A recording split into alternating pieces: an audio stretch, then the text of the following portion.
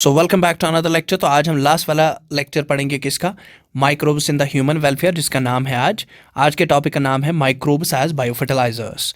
तो जैसा कि कल हमने देखा कि जब हम कन्वेंशनल फार्मिंग में हम क्या करते थे, हम कन्वेंशनल फार्मिंग में यूज़ ऑफ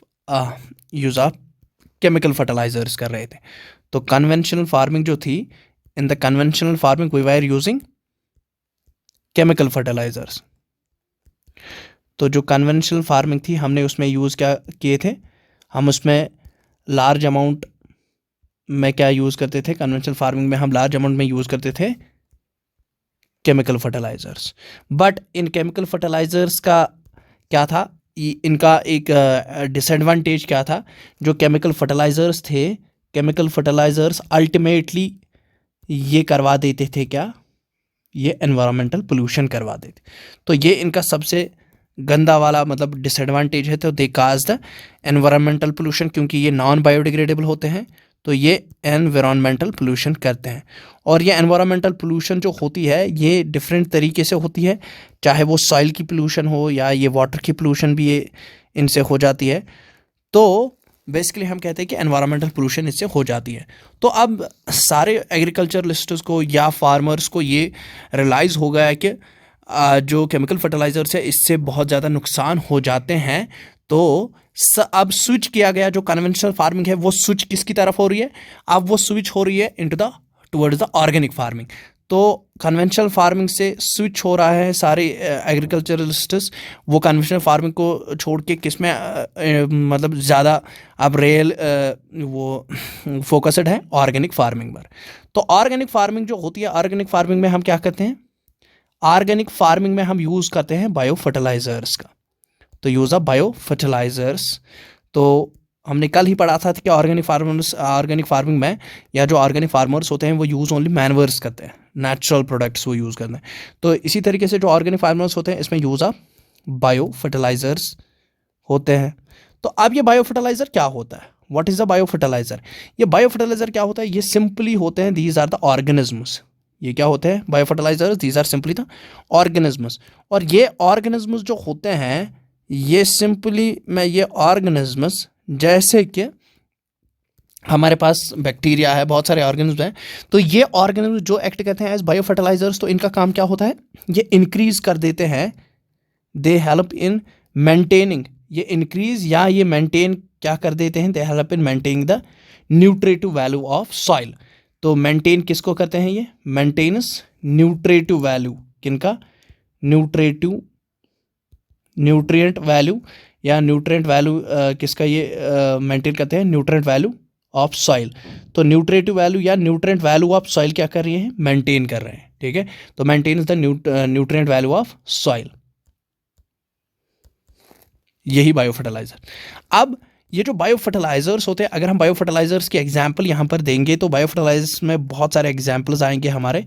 तो यही माइक्रोब्स एक्ट करते हैं एज, मतलब जो बायो फर्टिलाइजर्स होते हैं बेसिकली ये कौन होते हैं, ये ऑर्गेनिजम्स ही होते हैं। और इसमें वन ऑफ द एग्जांपल अगर हम देखें, सबसे प्रोमिनेंट एग्जांपल है बैक्टीरिया की। तो बैक्टीरिया यूज हो जाता है एज बायो फर्टिलाइजर। और इसमें यूज हो जाता है क्या, फंजाई भी यूज हो जाता है एज बायो फर्टिलाइजर। और साइनोबैक्टीरिया, जिसको हम ब्लू ग्रीन एल्गी कहते हैं, ये भी यूज हो जाता है एज बायो फर्टिलाइजर। अब देखो, तो अगर हम बैक्टीरिया की बात करें तो पहले हम एग्जांपल लेते हैं बैक्टीरिया की। तो हमने ये पढ़ा है कि जो बैक्टीरिया, जैसे कि राइजोबियम, तो राइजोबियम बैक्टीरिया जो होता है, राइजोबियम बैक्टीरिया कहाँ पर पाया जाता है, it is found in roots of, ये रूट्स कहाँ पर होता है, रूट्स ऑफ लेग्यूमिनस प्लांट्स। तो रूट्स ऑफ लेग्यूमिनस प्लांट्स जो होते हैं, जो लेग्यूमिनस प्लांट्स होते हैं उनके रूट्स पर, तो लेग्यूमिनस प्लांट्स के रूट्स पर क्या पाए जाते हैं, लेग्यूमिनस प्लांट्स के रूट्स पर पाए जाते हैं दीज राइजोबियम बैक्टीरिया। तो राइजोबियम बैक्टीरिया कहाँ पर होता है, राइजोबियम बैक्टीरिया होता है लेग्यूमिनस प्लांट्स पर, ठीक। और ये राइजोबियम बैक्टीरिया क्या करता है वहाँ पर, ये एक सिम्बायोटिक एसोसिएशन करता है, ये एक सिम्बायोटिक रिलेशनशिप बना देता है with the roots of the leguminous plants. तो सिम्बायोटिक रिलेशनशिप में ये होते हैं, सिम्बायोटिक रिलेशनशिप होती है between the roots of leguminous plants, relationship, तो सिम्बायोटिक रिलेशनशिप है between the roots of leguminous plants and rhizobium bacteria. तो इसकी वजह से क्या हो जाता है, इसकी वजह से ये जो राइजोबियम है, राइजोबियम करता क्या है और ये रूट इसको क्या करता है, इन्होंने क्यों एक एसोसिएशन बनाई है। तो जो लेग्यूमिनस प्लांट्स के रूट्स होते हैं, रूट्स इस राइजोबियम बैक्टीरिया को क्या प्रोवाइड करते हैं, रूट्स इस राइजोबियम बैक्टीरिया को प्रोवाइड करते हैं फूड से। तो roots provide food to the rhizobium bacteria. तो फूड किसको देते हैं, ये राइजोबियम को। और राइजोबियम क्या देता है, राइजोबियम प्लांट को क्या देता है, इसके बदले में राइजोबियम क्या देगा प्लांट को, तो इसके बदले में राइजोबियम ये एटमॉस्फेरिक नाइट्रोजन को फिक्स करता है और एटमॉस्फेरिक नाइट्रोजन को किस में कन्वर्ट करता है, इनटू नाइट्रेट में। ठीक है, नाइट्राइट है, नाइट्रेट्स में इसको कन्वर्ट करता है। तो दैट मीन्स ये फिक्सिंग क्या करा देता है, फिक्सिंग ऑफ एटमॉस्फेरिक नाइट्रोजन। तो नाइट्रोजन फिक्सेशन नहीं कराता है, फिक्सिंग ऑफ एटमॉस्फेरिक नाइट्रोजन। तो एटमॉस्फेरिक नाइट्रोजन को ये फिक्स करा देता है और ये नाइट्रेट बना देता है और वही नाइट्रेट फिर प्लांट एब्जॉर्ब कर लेता है फ्रॉम द सॉइल। तो दैट मीन्स इससे क्या हो गया, प्लांट को न्यूट्रिशन मिल गया और जो सॉइल है, सॉइल में नाइट्रोजन जो है वो नाइट्रोजन न्यूट्रिएंट आ गया। ठीक है, जुड़ता है atmospheric nitrogen fixation by the rhizobium. इसी तरीके से इसके अलावा भी बहुत सारे ऐसे बैक्टीरिया है जो फ्री लिविंग बैक्टीरिया होते हैं। जैसे कि फ्री लिविंग बैक्टीरिया में आता है कौन, एजोस्पाइरलम। जो एजोस्पाइरलम बैक्टीरिया है या एजोबैक्टर,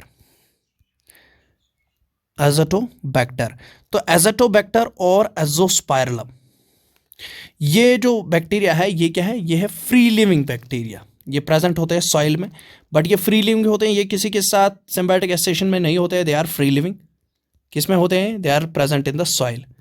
तो फ्री लिविंग इन सॉइल होते हैं ये दीज बैक्टीरिया।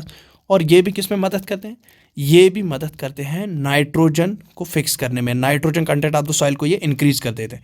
तो they also help in nitrogen fixation. ये भी क्या करते हैं, एटमॉस्फेरिक नाइट्रोजन को कन्वर्ट करते हैं into the that means usable nitrogen. तो ये भी इंक्रीज कर देते हैं क्या, increase the nitrogen content of, ये इंक्रीज करते हैं नाइट्रोजन कंटेंट ऑफ सॉइल। ठीक, नाइट्रोजन कंटेंट ऑफ सॉइल ये इंक्रीज कर देते हैं। अब देखो यहां पर मैंने दूसरी एग्जांपल आपको बोली थी फंगाई की, ये भी यूज होता है एज बायो फर्टिलाइजर्स। अब देखो जो फंगाई होता है, फंगाई सिम्बायोटिक एसोसिएशन किसके साथ करता है, ये भी एक सिम्बायोटिक एसोसिएशन कर देता है with the root of the plant. ठीक है, सिम्बायोटिक एसोसिएशन किसके साथ, सिम्बायोटिक एसोसिएशन ये कर देता है विद द रूट। ठीक है, विद रूट ऑफ प्लांट।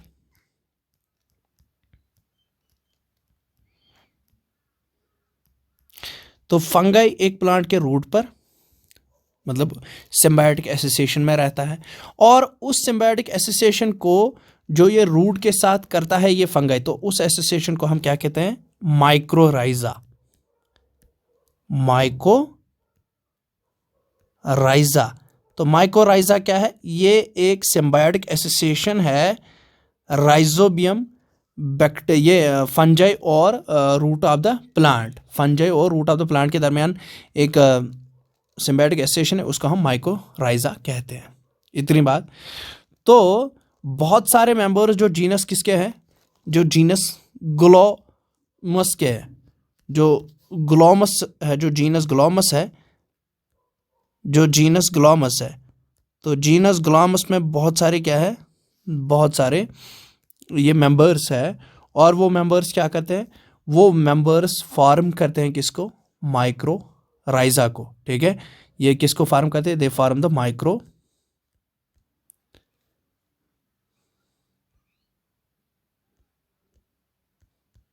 ये माइक्रोराइजा को फॉर्म करते हैं।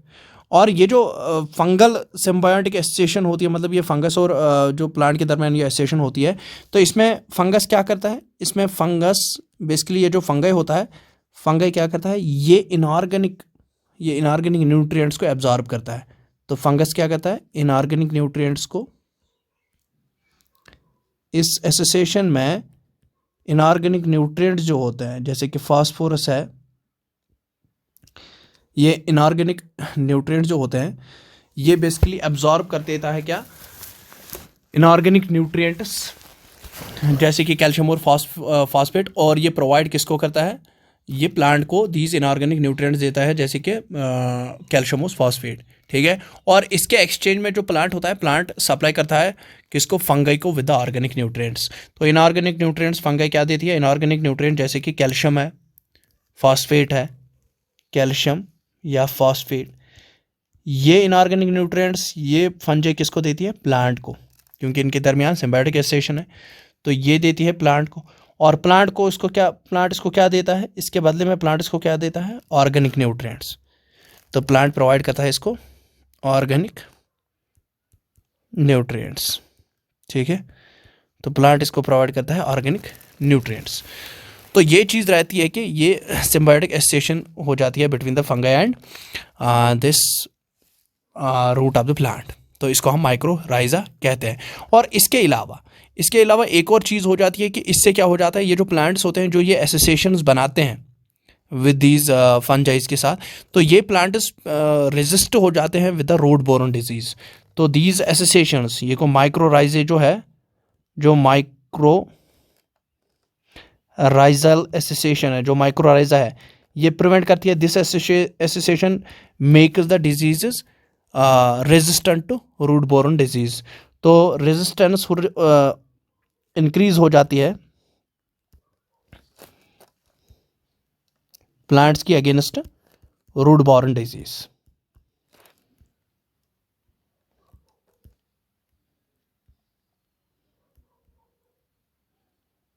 इतनी बात, ठीक है। तो और टॉलरेंस टू सैलिनिटी या ड्रॉट्स, इसके अगेंस्ट भी टॉलरेंस एक प्लांट में बढ़ जाती है। तो इसी तरीके से मैंने तीसरी एग्जांपल दी थी आपको, साइनोबैक्टीरिया। अब साइनोबैक्टीरिया कैसे एक्ट हो जाता है एज अ बायो फर्टिलाइजर। देखो साइनोबैक्टीरिया जो होता है ये सिंपली क्या है, ये एक ऑटोट्रॉपिक, ये ऑटोट्रॉपिक इन नेचर होता है, क्योंकि इसको बिलीग्रीन कहते हैं।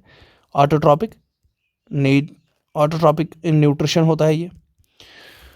तो ये सिंपली क्या करता है, ये एक्वाटिक और टेरेस्ट्रियल इकोसिस्टम्स में वाइडली डिस्ट्रीब्यूट हुआ होता है। तो साइनोबैक्टीरिया जो होता है बिलीग्रीन एल्गी ऑटोट्रॉपिक है and it is widely distributed in terrestrial as well as in environment, this aquatic environments. तो और ये क्या करता है, ये सिंपली फिक्स करता है एटमॉस्फेरिक नाइट्रोजन को, ठीक है। ये भी क्या फिक्स करता है, फिक्सेस एटमॉस्फेरिक नाइट्रोजन, ये एटमॉस्फेरिक नाइट्रोजन को फिक्स करता है, ठीक है। और जब एटमॉस्फेरिक नाइट्रोजन को फिक्स करेगा तो दैट मीन्स ये भी क्या बन जाएगा, ये भी नाइट्रोजन फिक्सिंग ऑर्गेनिज्म बन जाता है। ये एटमॉस्फेरिक नाइट्रोजन को फिक्स करता है और ये वाइडली डिस्ट्रीब्यूटेड होता है किसमें, एक्वाटिक और टेरेस्ट्रियल इकोसिस्टम्स में। और उस तरीके से वो क्या करता है, वो इंक्रीज कर देता है नाइट्रोजन कंटेंट। ये फिक्स जब नाइट्रोजन को करता है तो ये नाइट्रोजन कंटेंट को इंक्रीज करा देता है इन द इकोसिस्टम्स, ठीक है। इन डिफरेंट इकोसिस्टम्स भी क्या कर देता है, चाहे एक्वाटिक और टेरेस्ट्रियल इकोसिस्टम उनमें वो ये बहुत ही अहम रोल प्ले करता है in enriching the ecosystem with the nitrogen kind of a nutrient. और इसी तरीके से जो है, अगर मैं एग्जांपल दे दूं, जो एनाबीना है, नॉस्टॉक है या ऑस्किलेटोरिया है, ये भी क्या करते हैं, ये भी फिक्स करते हैं किसको, नाइट्रोजन को। एनाबीना है, नॉस्टॉक है, तो ये भी फिक्स क्या करते हैं, ये भी एटमॉस्फेरिक नाइट्रोजन को फिक्स करते हैं। और इसी के चलते अगर हम देखेंगे जो पैडी फील्ड्स होते हैं या राइस फील्ड्स हम जिनको कहते हैं, जो राइस फील्ड्स होते हैं या जिनको हम पैडी फील्ड्स कहते हैं, तो साइनोबैक्टीरिया क्या करता है, साइनोबैक्टीरिया बहुत ही इंपॉर्टेंट सर्व करता है as an important bio fertilizer. तो राइस फील्ड में ये क्या है, important, this is an important bio fertilizer in किसमें, ये होता है इंपॉर्टेंट बायो फर्टिलाइजर किसमें, इन द पैडी और द राइस फील्ड्स, ठीक है। कौन, साइनोबैक्टीरिया। तो साइनोबैक्टीरिया एक इम्पॉर्टेंट बायो फर्टिलाइजर है इन द राइस फील्ड्स। इतनी बात। और इसी तरीके से ये जो साइनोबैक्टीरिया है जिसको हम बिलीग्रीन एल्गी भी कहते हैं, ये ऐड करता है organic matter, it adds organic matter to the soil. तो ये ऐड क्या कर देता है, adds organic matter to soil, adds organic matter to soil, क्योंकि इसीलिए तो हम इसको कहेंगे कि this is an important bio fertilizer in the rice fields. Y?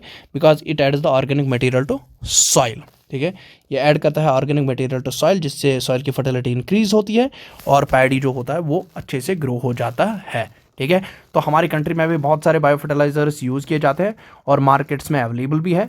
ठीक है, और जिसके कारण क्या हो जाता है, इनका यूज़ जो होता है वो बहुत ही इको फ्रेंडली होता है, इससे एनवायरनमेंट को कोई भी नुकसान नहीं पहुंचता है.